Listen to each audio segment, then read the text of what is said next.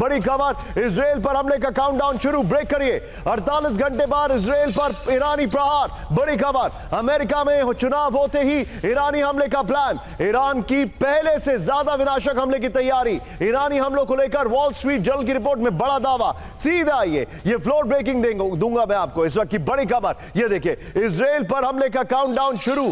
48 घंटे बाद इजराइल पर ईरानी प्रहार। अमेरिका में चुनाव होते ही ईरानी हमले का प्लान है।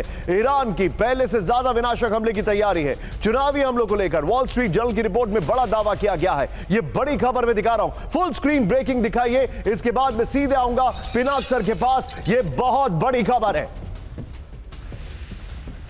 और मैं चाहूंगा विपिन, जो ज्यादा विनाशक हथियारों के इस्तेमाल वाली खबर है, अगर वो संभव हो तो बगल में दिखाते रहिएगा। इसके साथ ये देखिए, आइए जरा, इस वक्त की बड़ी खबर, 48 घंटे बाद इजराइल पर ईरानी प्रहार। इस वक्त की बड़ी खबर, ब्रेक करिए जरा।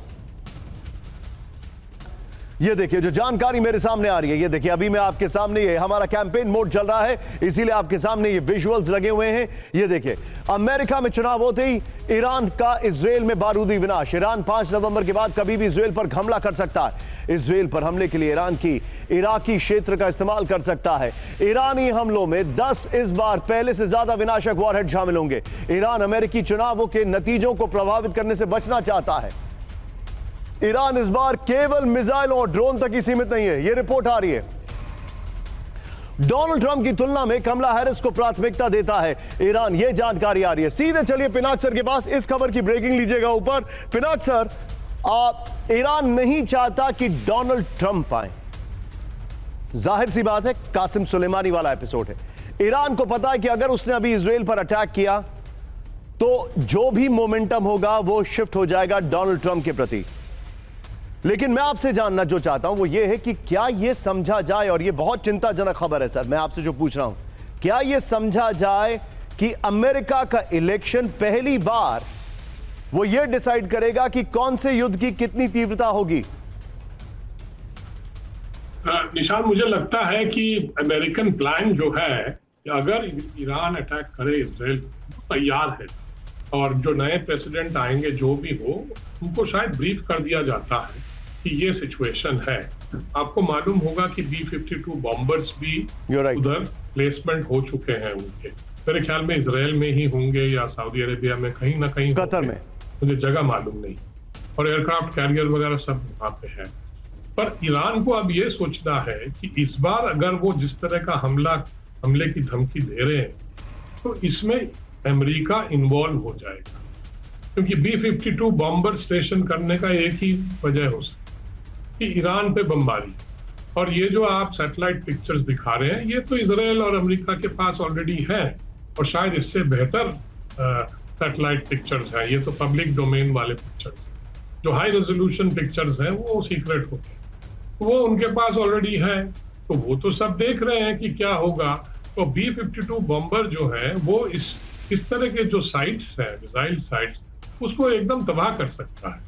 और वही अगर ईरान को पता होना चाहिए, ये खबर तो निकल गया था कि B-52 बॉम्बर वहां पहुंच गए हैं मिडिल ईस्ट, तो अब ये सोचना है कि ईरान क्या उसको रिस्क लेगा, क्योंकि जो भी प्रेसिडेंट आए, मुझे तो लगता है अगर इजराइल पे उस तरह का अटैक हो, तो कोई भी प्रेसिडेंट हो वो जवाबी कार्रवाई इजराइल को करने देगा। प्रेशर जरूर डालेगा कि इसको बढ़ाइए मत, ज्यादा मत करिए, जो डेमोक्रेटिक एडमिनिस्ट्रेशन है वो करता रहा है। उन्होंने इजराइल को धमकी भी दी है कि हम हथियार देना आपको बंद कर देंगे, तो प्रेशर तो उन्होंने डाला है इजराइल पे। मतलब despite the fact that Israel is one of their closest allies, पर प्रेशर तो डाला है, क्योंकि वो चाहते नहीं कि ये थोड़ा सा और एस्केलेट हो। और ये जो न्यूक्लियर की बात हो रही थी, मुझे नहीं लगता कि ईरान के पास अभी भी डिलीवरेबल वॉरहेड है, क्योंकि उन्होंने कभी टेस्टिंग तो की नहीं है। कहते हैं कंप्यूटर टेस्टिंग से भी हो जाता है, पर मुझे लगता नहीं है। तो ये मुझे तो कन्वेंशनल डोमेन में ही रहेगा। अंडरस्टूड। पर कितना एस्केलेट होगा with in the conventional domain, ये तो देखने वाली बात है। ये डिपेंड करता है ईरान किस तरह के हथियार यूज करेगा। और इसमें मुझे लगता है कि अगर उन्होंने इसको एस्केलेट किया ज्यादा, तो इस बार B-52 बॉम्बर भी अमेरिका के इसमें इसमें शामिल हो जाए। ऑलरेडी B-52 का इस्तेमाल पहली बार किया गया है अब हूती के ऊपर अटैक करने के लिए, पहली बार, और अब अगर ऐसा होगा तो चिंताजनक है। हमारी अगली ब्रांडिंग दिखाइए मनीष, मैं पुनः आपके पास आने वाला हूं। ये देखिए जरा, अब जो अमेरिकी चुनाव, ये दो चेहरे आप देख रहे हैं, तीसरा मिसिंग है जो मैं बताऊंगा। बड़ी जंग की तैयारी, ये बड़ी इंटरेस्टिंग खबर है, फ्लोर ब्रेकिंग बड़ी खबर। ईरान को ट्रंप की वापसी का खौफ, ब्रेक करिए इस वक्त की बड़ी खबर। ईरान को न्यूक्लियर साइट पर हमले का डर, ईरान को ऑयल डिपो पर हमले का डर, ईरान को पश्चिम के और कड़े प्रतिबंध का डर। ट्रंप ने चुनाव जीता तो ईरान पर हो सकते हैं बड़े हमले। ईरानी अधिकारियों के हवाले से टाइम्स ऑफ इजराइल का दावा, न्यूयॉर्क टाइम्स का दावा। फुल स्क्रीन ब्रेकिंग और शॉट दिखाइए, इसके बाद दोनों ब्रेकिंग दोनों शॉट दिखाइए। यह इस वक्त की बड़ी खबर आपके सामने आ रही है। ये देखिए, मैं चाहूंगा इसमें जरा ट्रंप के भी शॉट दिखाइए। यस एग्जैक्टली, दोनों ब्रेकिंग दोनों शॉट दिखाइए। यह आज की बड़ी खबर है